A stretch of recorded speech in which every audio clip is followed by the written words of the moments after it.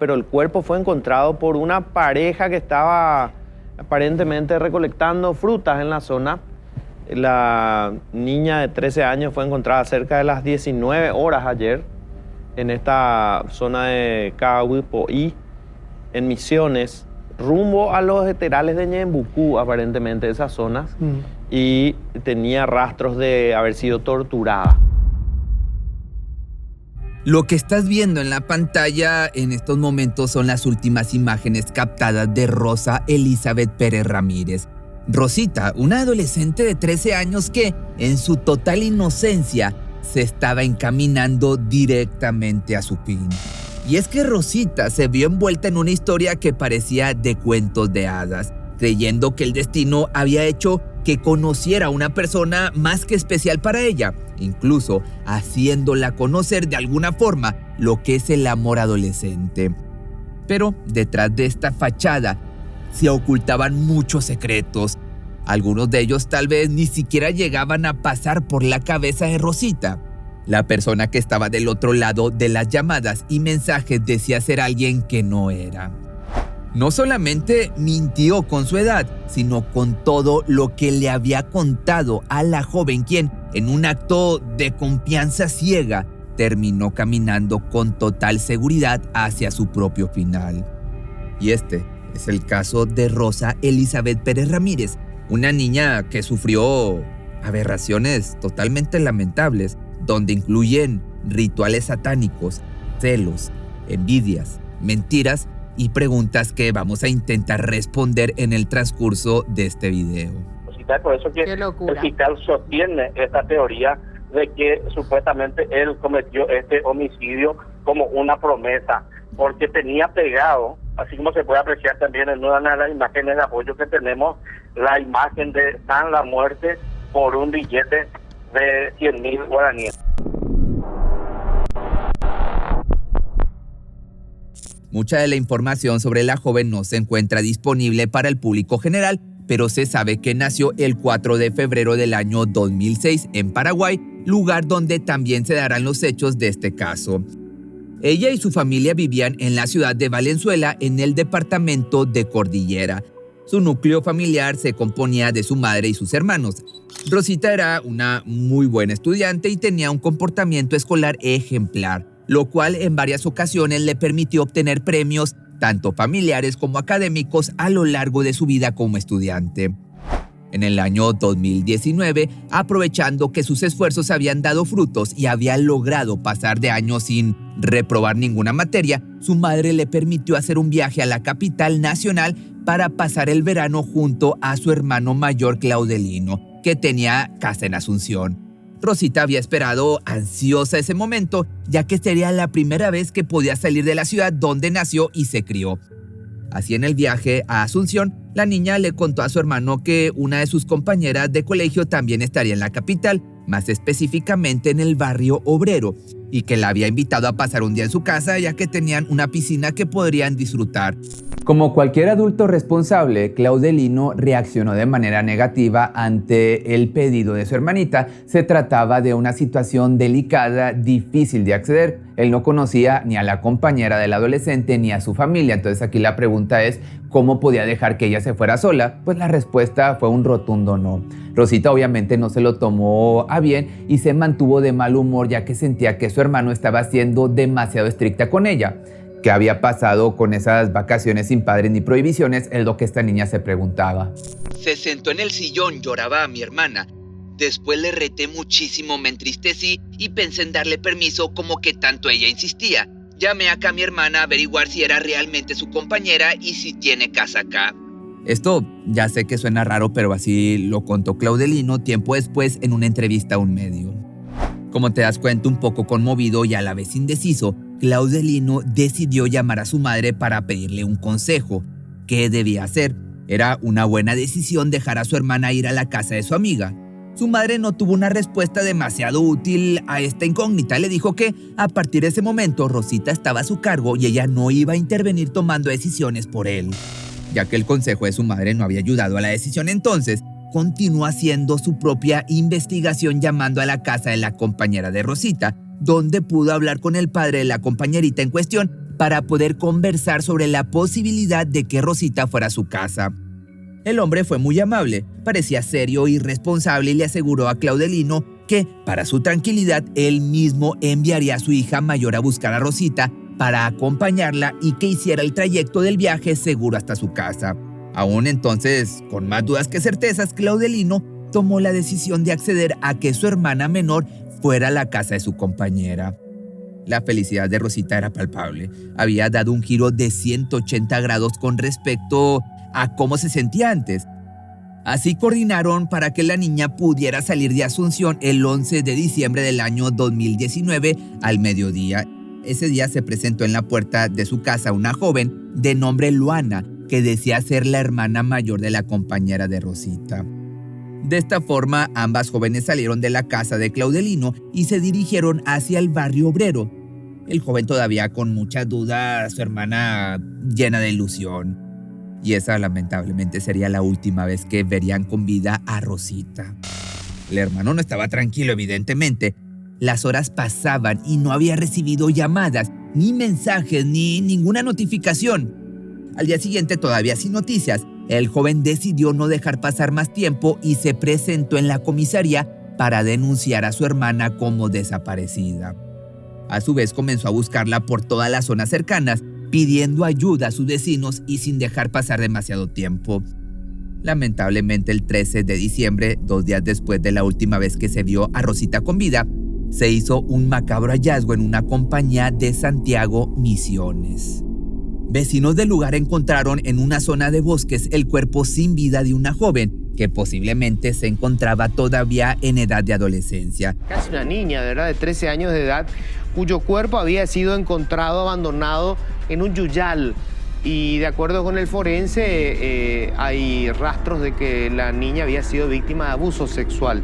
Así las horas pasaron y se confirmó el peor de los finales. El cuerpo identificado como el de Rosita, con tan solo 13 años de edad.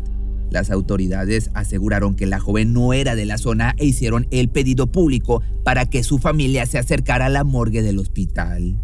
El médico a cargo de la autopsia aseguró que la víctima presentaba signos de violencia y de un posible abuso íntimo. La causa de su fallecimiento había sido una asfixia con lesiones predominantes en el cuello, lo que dejaba casi por seguro que la persona que le había quitado la vida había aplicado extrema presión en sus vías respiratorias. El informe también reveló que el estado del cuerpo, apenas descomponiéndose, insinuaba que el mismo había estado en el lugar del hallazgo por aproximadamente 24 horas.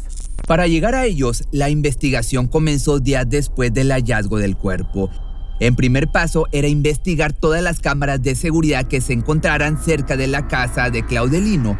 Un dato por demás importante era determinar la identidad de la mujer que se llevó a Rosita, la supuesta hermana mayor de su compañera, quien dijo llamarse Luana. Así, al menos tendrían una pista sobre dónde encontrar al principal culpable. Por otra parte, los investigadores tenían que pasar por un punto bastante tedioso en la búsqueda: revisar los registros telefónicos de la joven. Ella no tenía un teléfono personal, por lo que para comunicarse con sus amigos y cercanos utilizaba los teléfonos de línea de diferentes familiares. De igual forma, la primera hipótesis no se hizo esperar. La creencia de los investigadores fue que alguna persona había contactado a la adolescente mediante redes sociales y ella había caído en estos engaños. Una hipótesis que pronto se confirmaría por completo. Así, pasadas las 2 semanas de investigación, el 28 de diciembre por la noche, los oficiales hicieron los primeros arrestos en el caso. Se trataba de 2 personas, un hombre y una mujer, señalados como presuntos responsables del caso. El hombre fue identificado como Juan Carlos Gómez Valenzuela, de 53 años, decía ser plomero y era residente de la ciudad Coronel Bogado, en el departamento de Itapúa. Valenzuela tenía un historial delictivo que no lo ayudaba en estos momentos. Se lo había vinculado previamente con delitos como robo y hurto agravado, violación de la patria potestad, entre otros casos de los que hablaremos más adelante. Pero había estado, eso sí, en prisión por un caso similar al de Rosita, en el que no había llegado a terminar con la vida de su víctima. Por otra parte, la mujer no tenía antecedentes penales. Su nombre era Susana Belén Arzamendia, de 25 años, residente de Encarnación, capital del departamento de Itapúa. Susana se había hecho pasar por Luana cuando fue a la casa de Claudelino a buscar a Rosita, y es la mujer que aparece en la cámara de seguridad acompañando al adolescente a la salida de la residencia. A las 13:54 exactamente estamos viendo que se grabó esta imagen. El 11 de diciembre de 2019 a las 13:54. Le recogen a Rosita de Asunción. ¿Quién la recoge? Para el Ministerio Público, no. Susana Belén Arzamendia. Lo sorprendente era que no se trataba de la hermana de nadie, sino de la pareja del principal sospechoso. Una vez que ambos se encontraban a merced de los oficiales, ya era momento de declarar. Sus palabras se transformaron en una especie de fuego cruzado en el que ambos decidieron atacar al contrario. Según Susana, el hombre era el responsable de acabar con la vida del adolescente como sacrificio a la Santa Muerte o a la San La Muerte, un santo muy venerado en Paraguay. Aparentemente el hombre necesitaba una víctima para el viernes 13 que se acercaba, y la presencia de Rosita había llegado en el momento justo. Por otra parte, la versión de Juan Carlos era diferente. Quien se había manchado las manos con el crimen era Susana, que sentía celos del adolescente y decidió tomar cartas en el asunto. La investigación siguió su curso y pronto los oficiales se dieron cuenta que Rosita no era la primera víctima de este dúo, sino todo lo contrario. Gómez Valenzuela llevaba varios años interactuando con mujeres a las que abusaba y también las forzaba a ejercer el trabajo más antiguo del mundo. Esto luego se reforzó gracias a los testimonios de víctimas que pudieron hablar del calvario que vivieron con este hombre. Una de ellas estuvo en cautiverio durante 2 semanas y solamente pudo escapar en un momento en el que la pareja se ausentó de la casa con ayuda de los vecinos. El segundo testimonio que recibieron fue de una mujer que aseguró que también la obligaron a vender sustancias ilícitas. Por otra parte, según se llegó a conocer, la pareja vivía en habitaciones de alquiler o posadas y se sospecha que la forma de financiar su estilo de vida era a través de estafas telefónicas. En base a toda esta investigación, entonces, los oficiales pudieron hacer una reconstrucción de los últimos minutos de vida de Rosita y la forma en la que perdió la vida. En primera rueda de prensa del caso, los oficiales pudieron compartir con diferentes medios de comunicación información sumamente importante que arrojó luz sobre el origen de los hechos y terminó de confirmar las sospechas de la primera y finalmente única hipótesis. La situación se remontaba en el tiempo 8 meses atrás y tuvo comienzo con una broma por parte de las compañeras de colegio de Rosita. En aquel momento se les había dado como tarea un trabajo que debían hacer en grupo y las compañeras de grupo del adolescente decidieron jugarle una broma. A simple vista parecía algo inocente. Para molestarla, una de las compañeras decidió darle un número de teléfono inventado al que debería llamar para coordinar la realización de ese trabajo. El destino quiso que ese número fuera, vaya mala suerte o vaya, no sé, coincidencia, que fuera el de Juan Carlos, quien confirmó que el primer contacto lo había hecho el adolescente. ¿Vos sos fulana?, dice que preguntó Rosita, a lo que él respondió que no, que era Matías, un joven de apenas 20 años que era muy amable con ella al teléfono. En ese momento comenzó entonces el contacto entre ambos. Mensajes de WhatsApp, llamadas y con el tiempo fueron volviéndose más frecuentes. El siguiente paso fue agregarse en redes sociales. Valenzuela, con un perfil falso evidentemente, logró engañar por completo a una Rosa que comenzaba a sentir cosas por el supuesto joven. Ellos ubicaron vía teléfono a la menor, empezaron a contactar con ella constantemente. Tenemos los registros, por ejemplo, los últimos 3 meses, y de un solo número de los varios que ellos utilizaron hay más de 500 contactos. Según los investigadores, ambos intercambiaron más de 500 conversaciones y en casi todas Matías entre comillas, intentaba persuadir al adolescente para encontrarse. Así fue como pasaron los meses y Valenzuela se enteró que Rosita planeaba pasar las vacaciones de verano lejos de su casa y era la oportunidad perfecta para convencerla de que le mintiera a su hermano para que pudieran encontrarse. Y ese fue el momento en el que ambos diseñaron el plan en el que Rosita intentaría convencer a su hermano para que la dejara ir a la casa de su compañera, entre comillas compañera, donde se encontraría con otras compañeras y pasarían el día juntas. Todo era una mentira, evidentemente, como ya sabes. Así regresamos al 11 de diciembre cuando la supuesta Luana se presentó en la puerta de la casa de Claudelino y se llevó a Rosita, quien supuestamente se encontraría con su novio virtual, Matías. Ambas, Rosita y Susana, abordaron un autobús que los llevó a la terminal de ómnibus, donde tomaría un transporte que las llevó a San Juan Bautista en Misiones, donde habían quedado en encontrarse con Matías. Eran cerca de las 8 de la noche cuando llegaron al sitio donde estaba Matías, o bueno, Valenzuela, que las estaba esperando. Apenas entró en contacto con la adolescente, se presentó como el padre de Matías y aquella noche la pasaron en una modesta habitación de alquiler, pero ¿dónde estaba Matías? Supuestamente al día siguiente entonces podrían verlo, fue lo que le dijeron a la niña. Así, por la mañana salieron en busca de una forma de transporte para alejarse del lugar donde habían pasado la noche. El plan era viajar en transporte público o hacer pedir ride. Finalmente hicieron parte del recorrido en autobús hasta el cruce Ayolas y desde ahí hicieron dedo o pidieron ride para que un auto de una empresa de transporte los llevara hacia Santiago. Se detuvieron de manera inesperada y el hombre le dijo a Rosita que Matías la esperaba en la estancia a la que tendrían que acercarse caminando. Ella lo siguió, lista para encontrarse con el chico después de tanto tiempo. Bajaron por un camino que se internaba por unos matorrales. Según Valenzuela, el camino sería más corto por este lugar, pero el momento del encuentro nunca llegó. Ambos decidieron descansar un poco en un lugar escondido entre árboles y ahí fue donde Valenzuela atacó a su víctima. Susana solamente pudo sumar a la narrativa que ella no participó en estos ataques, solamente vio desde lejos cómo su pareja le quitaba la vida a esta inocente niña, pero no se quiso involucrar de ninguna manera. Entre las teorías que se movían cuando comenzaron con la investigación, se hablaba además de la posibilidad de que la niña hubiese sido raptada con fines de explotación sexual, dando como resultado un presunto caso de feminicidio. Pero gracias a los avances de la investigación se dio por concluida esta línea, ya que no encontraron suficientes pruebas que coincidieran con tal hipótesis. De reclutamiento sexual no encontramos, tampoco no encontramos, por ejemplo, ningún elemento que pueda sostener que pueda también ser algún tipo de reclutamiento para otros trabajos, ya sea como utilización de transporte de alguna mercadería.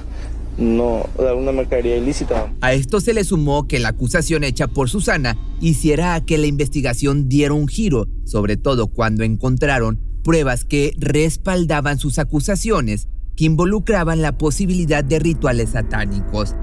El fiscal a cargo de la investigación aseguró que dentro de los allanamientos hechos a los espacios en los que convivía Valenzuela con la pareja sentimental, se encontraron múltiples imágenes satánicas entre sus pertenencias. En base a las declaraciones también que pudimos colectar, el señor practica artes oscuras y llegada la fecha de viernes 13, por ejemplo, ellos tenían que cumplir con un pacto, con una promesa realizada a lo que ellos denominan un santo, a San la Muerte, y fue en ese contexto que mataron a la menor. A esto se le sumaba el hecho de que el caso se había dado días antes de un viernes 13, por lo que se presume que, para esta fecha, importante para los rituales de magia negra, necesitaban tener un sacrificio para presentar a San la Muerte, el santo al que veneraba el acusado. ¿Por qué supuestamente este señor cree de que, y él dice de que supuestamente es el elegido por el diablo, porque él nació el 6 de mayo de 1966.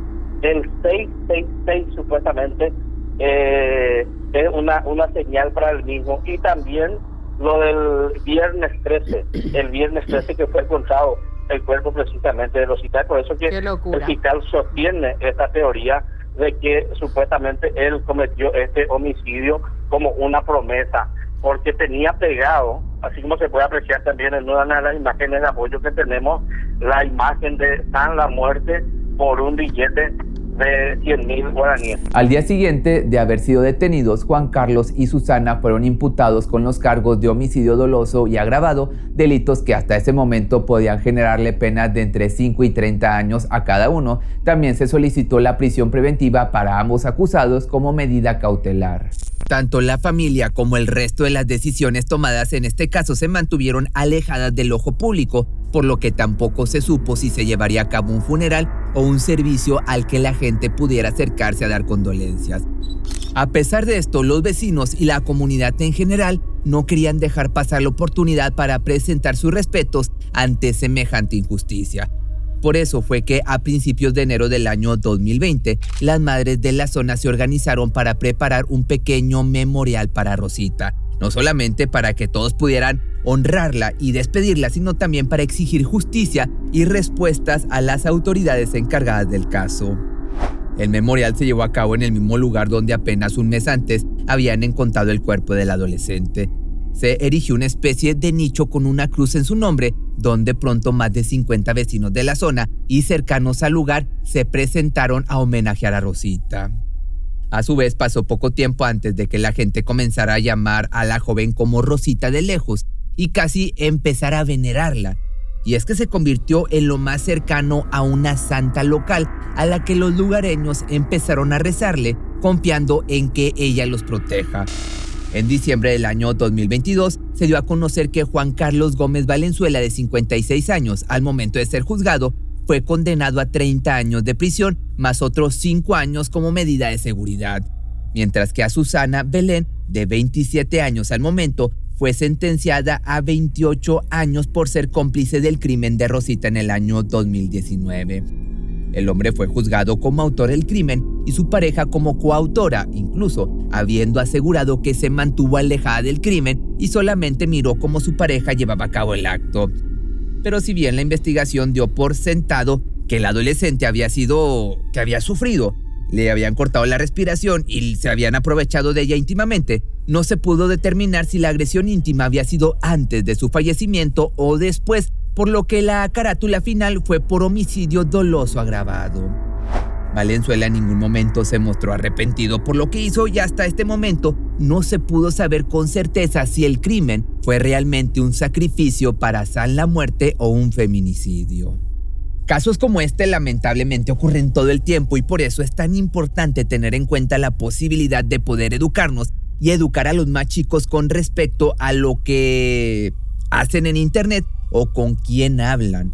Este caso también logró que la policía paraguaya se diera cuenta del estado de vulnerabilidad en el que se encuentran niños y adolescentes ante personas que tranquilamente podrían ser sus verdugos. Rosita de esta forma se transforma en una suerte de patrona o santa de la seguridad de los vecinos de la compañía, donde fue hallada sin vida, y al día de hoy su nicho sigue presente, donde los vecinos dejan ofrendas y rezos a diario con la esperanza de que este tipo de crímenes no se vuelvan a repetir. Acuérdate que en este canal hay videos lunes, miércoles, viernes y domingo, y si quieres tener más acceso a otro contenido, aquí abajo está el botón de miembros donde cuesta alrededor de 50 pesos y puedes tener acceso a otro tipo de contenido que no está público.